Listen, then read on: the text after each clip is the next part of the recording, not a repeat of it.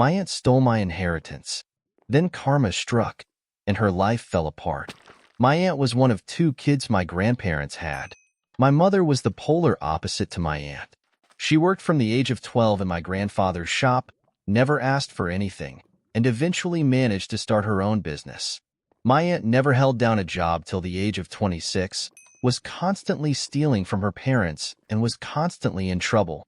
Despite this, my aunt was spoiled by my grandmother, and so were her kids. She had 3 kids from 3 different men, and her first husband was not one of them, if you know what I mean.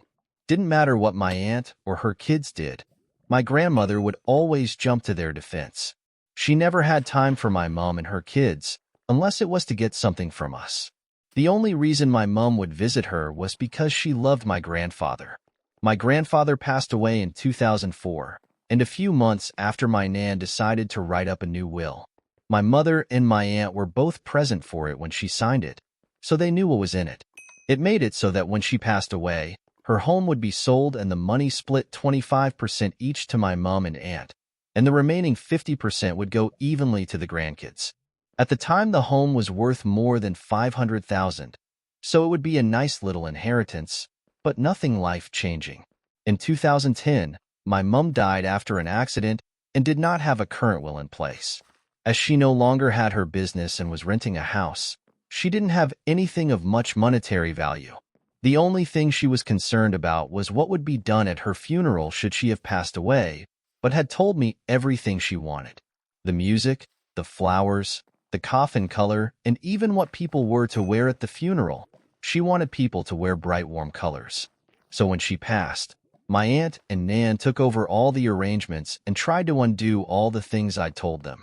The songs were going to be songs I knew Mom didn't like. The flowers were all the wrong colors, and they picked a hideous coffin. With the help of my siblings, we were able to change a few of the things back to what they were supposed to be, but the coffin couldn't be changes for some reason, and my nan refused to let people come dressed as clowns, so it was all black. It was frustrating. After the funeral, my nan had her will changed. My siblings and I were told by our aunt that she didn't have any involvement with the writing of the will, and our nan told us that she changed it so that Mom's share would go to her kids instead. All good, we thought. After Mom passed away, my nan just stopped talking about my mom. At first, we thought it was because she was still recovering from losing her daughter, but even 5 years after Mom passed, she still wouldn't talk about her. Even if you brought up a story about Mom, Nan would very obviously try and change the subject, usually about how hard my aunt and her shitty kids had it. And if you went to talk to her about your own problems, she would somehow bring it back to my aunt. I had suffered a mental breakdown after my mom's death, so you can imagine how much it hurt to hear, well, X has had it so much worse. In 2016, my nan passed away. She had written down what she wanted to be done for her funeral, and it was basically all the same things she had picked out for my mom's funeral, even the music to be played. I don't know why she tried to have a dress rehearsal funeral using my mom as the stand-in, but it was obvious that's what she was trying to do.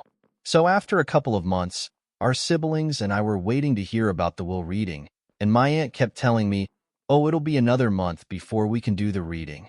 I didn't mind. I wasn't fussed about the money, to be honest. But my oldest brother was hoping to use the money to pay for a honeymoon for him and his then-fiancée, and my younger brother was about to start uni, so it would be a hell of a help. Eventually, my dad bumped into the solicitor my grandmother had used to deal with her will and asked what was happening. The solicitor let slip that the will had already been read and that it left everything to my aunt. When my dad questioned this, the solicitor told him that my aunt had been present when the will was written, despite promising that she had nothing to do with it. When confronted, my aunt initially tried to deny, but eventually admitted to lying to all of us. She showed us the will, and it confirmed what we already knew. The house and all its contents were now my aunt's. This included my granddad's war medals. He fought in the Second World War. When I told her that he had promised them to me before he died, she said, "Well, unless you have it in writing, you will have nothing in this house." Anyway, I already gave them to Clive. My heart sank. Clive, not his real name Obbs, was her eldest son, and the dictionary definition of a messed up. He'd been in and out of prison for stealing and dealing drugs. I knew that the moment that prick had got his hands on my granddad's medals, they would have been sold off. We looked into taking her to court over the will, but everyone we spoke to said that we probably wouldn't get anything out of it. She immediately put the house up for sale at close to $750,000. She had pissed off too many people in our town, so she was going to sell the house and move closer to her daughter, who lives in a big city. An offer was made on the house, and she put down a deposit on a house near the big city. And I thought that was that. Here's where karma comes into play. The people who wanted my nan's house had a survey done on the house to see if there were issues. And oh boy, were there. Turns out that the land the house was built on way too soft for the type of house it was, and it was sinking. It has sunk about 2 cm in the 40-plus years my nan and granddad had lived there, but the sinking was accelerating to 1 cm per year. This meant that within the next 3 years the house would need some serious work, or be knocked down. The new value of the house? $60,000. The buyers immediately pulled out, having not even put down a deposit. She couldn't buy her new house, but still had to pay the deposit on it. And while this was happening, she let Clive move in with her into her house that she rented from the council. He wasn't allowed to live in any of the council houses because he had trashed every single one he'd ever been given. Someone reported this, and she was kicked out of her home. She was forced to move into my nan's old home as she couldn't live anywhere else. So there she is, living in a crumbling house with her shithead son and her partner. She was stuck there for 2 years. Every time I saw her, she would try and start talking to me, and I would just ignore her and walk off. One time as I was walking away, she screamed, "Your mother deserved to die for having idiot like you," in the middle of a busy street. Someone reported her to the police, and she had an official warning from them and was ridiculed on Facebook. Every time I saw her after that, she looked more and more miserable. Eventually, she sold the house for something like $85,000 and moved in with her daughter in the big city. I lost contact with her and her kids after this. I thought karma had been issued. Oh, but karma still wasn't done with her. I bumped into one of her former friends, and she told me what happened after she left our town. She moved into her daughter's home, let's call her Sue, but they only had a 3-bedroom house and 3 kids. My aunt and her partner had to live in the smallest room in the house while my aunt looked for a job and a home to rent. Even with $85,000, she couldn't afford a home anywhere. After about a month, my aunt's partner ran off after emptying her account. She was left stranded in Sue's house, not contributing anything because all the money she makes goes into bingo. Eventually, Sue and my aunt get into a screaming match, and my aunt said something along the lines of, "I should have aborted you." Sue immediately kicked her out of her house. So, again, there's my aunt, in a city where she knows nobody, no money, no home, and the last bridge she had a smoldering wreck. Last anyone has heard, she was living in a caravan in the roughest part of the city, and she can no longer work because she's suffering early onset arthritis and can no longer move her hands. I know I shouldn't get joy out of something like this happening to another person, but it does bring me some peace as to what happened. Now on to the next story. Story 2. Entitled nephew is giving sister the karma she deserves for raising him to be entitled. I lived with my sister a few years ago. While I did, I was there to help her with the house, cleaning, my nephew, etc. However, things didn't go down like that. When I moved in, my nephew was around 5-ish and I, being his aunt, believed that being older than him, I may have some authority living in their house. Turns out, I was wrong. He had more than me. He didn't have to listen to me. He didn't have to help me clean when I asked. I wasn't even an ass about it.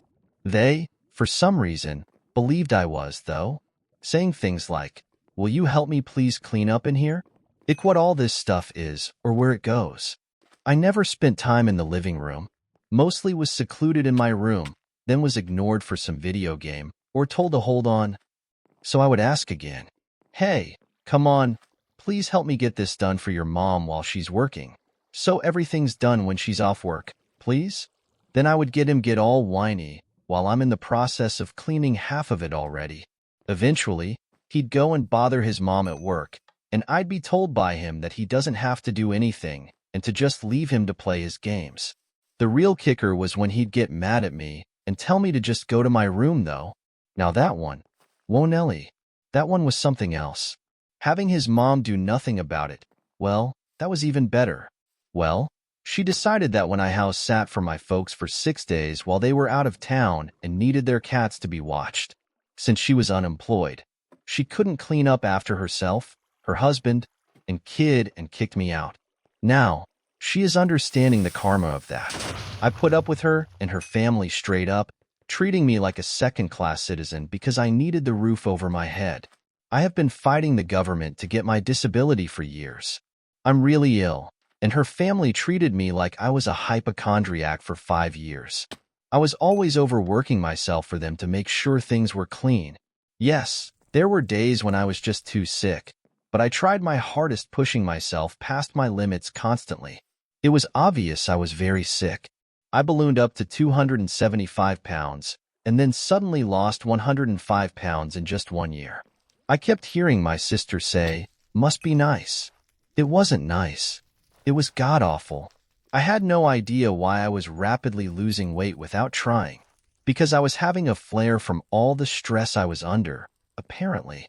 Literally, 7 days after I moved out, I was diagnosed with 2 very rare diseases that are hard to detect. I even had to have major surgery just a few months later on my arteries because of the state of one of them because of one of my diseases. Do I get an apology for how I was treated? Nope. Do I still hear her saying the phrase, "Well, she is a hypochondriac too," every time I look at her echoing in my head? Most definitely. Now, she is dealing with my nephew, who won't listen to her, won't do his schoolwork, argues back with her constantly, treats her like they let him treat me. While I was living there, when he started treating his mom like crap, I came to her defense. I told him it was not okay to disrespect his mother that way, that he shouldn't be disrespectful to her at all. To knock it off, 9 out of 10 I was able to de-escalate. Not every time, mainly because I wasn't allowed. I was treated as though I was not a person in his life who had any authority over him. His other aunts and uncle did, though. Why? I think in their minds it all boils down to the fact that I don't have children. I wouldn't understand how to raise one. Now, I see it very simply. You don't need to have a child to have common sense, patience, intelligence, the ability to actually listen, and the ability to treat a child like it's a human being with intelligence of its own. If you actually listen patiently to what is being said by the child, you can have the common sense and intelligence to know whether or not they are playing you. You talk to them like they are people, not an idiot just because of their age, which most times tends to make things worse. You talk to them calmly and make them calmer by explaining that yelling at me isn't going to help me help you, and there you have it. If they trusted me enough to patch up their kids' wounds or get out their splinters, why wasn't I trusted enough to help them with their homework or teach them when they needed homeschooling? I am smart. I'm pretty sure I could have helped a bunch of 3rd or 4th graders. I'm just saying. They let me babysit, but I had no authority. Her kid would take his phone and sneak off, call his folks, and tattle on me if I ever wanted him to clean up after himself with his cousins. He blamed all messes made on his cousins, too. Now, I am not there to help her. No one else helps her. She is left alone to deal with the mess she made. And part of me feels bad. Part of me does want to go over and help her. Then I remember that I have no authority. So what exactly would be the point? I would get there just to stand there? LOL. I think the best part of it all is that they are mad at me because I wasn't able to get back to finish cleaning up after I moved my things out. I don't drive. I had to move 35 minutes away from where I was living. I had no way there. Also, the situation I was put into was really no better than what I was already in. It's just a different setup with less yelling. The fact that they are mad at me at all and are still treating me with disdain and have yet to attempt any kind of apology for just being so awful to me is just too funny. I will forever have permanent mental scars from my time living there. I moved out at the end of 2022, and the thought of all of it still brings me to tears. Thanks for letting me rant a little. Now on to the next story. Story 3. My lovely entitled grandmother. TLDR. My grandmother is insane, basically asked for joint custody of me, and I hate the name baby cakes. This has been going on for all 18 years that I've been alive, but was happening before I even existed as well. Here's a list of some of the things my entitled grandmother, father's mother, has done since I was born. Basically asked for joint custody of me. I'm not kidding. When I was an infant/toddler, she seriously asked my parents if I could spend 2 to 3 days at her house weekly, and then every other weekend spend the entire weekend sleeping over at her house as well. Also, she thought my mom breastfeeding me was hogging me. Didn't like the clothes my mother bought for me, so she would buy clothes herself, cut tags off and wash them, and hide them in my closet in my house. She would also do this if she didn't like stuff my parents owned. She'd go out and buy stuff and just stick it in our kitchen drawers. When my mom started making an effort to get us out of the house more so she couldn't randomly stop by to visit so often, she started spying on the calendar we had in our house and then would instead randomly stop by at events we'd be out at. When I was a bit older but still needed babysitting for the summer, she'd come over still in pajamas claiming she hadn't had time to get ready. So then I'd have to go spend the day at her house instead so she could get dressed. Luckily, this stopped when poor innocent me went, "Actually, Grandma, I'm allowed to stay home alone now, so you just go get dressed and I'll wait here." I've been the artist of the family since I was a kid. She'd constantly ask me to draw her stuff, but then if she didn't like what I drew, she'd try to, jokingly, steal another drawing that I'd have made for myself instead. This never went well, lol. When I was like 13 and she was over, she proceeded to say, "Baby cakes, come sit on my lap," where she was on the couch. Again, I was 13 and was way beyond the age of sitting on people's laps. She thinks my mother brainwashed me into hating her, but what actually happened was Kid Me started noticing how weird she acted compared to my other grandma, and when I asked my mother about it, my mother basically said, "Yeah, she's crazy," and I had no trouble believing her. Ongoing issues now. I can't tell her about anything I'm remotely interested in because she'll latch onto it and try to use it as some way to get me to spend more time with her. Most of you would probably think, why not just spend time with her? But after everything else on this list, I honestly just don't like being around her a lot. One of the reasons she got a phone was for the purpose of texting me in particular, and to this day is still pouty that it didn't work in getting me to talk to her more. Also, when I didn't reply to her weird texts, she'd call up my father and whine to him about how I never talked to her, and then he'd get mad at me over it. This also never went well. She is the reason why I hate all of the pet names baby, baby cakes, babes, my sweet, sweetie, etc. because to this day, me now being 18, she is the only person in my whole family who calls me these names, and it feels like I'm treated like a child. Her newest scheme is that she thinks if she can get me alone with her, my mother won't be able to brainwash me into hating her, and has yet to realize somehow that it has nothing to do with my mother at all, and everything to do with how I myself don't actually want to be alone with her.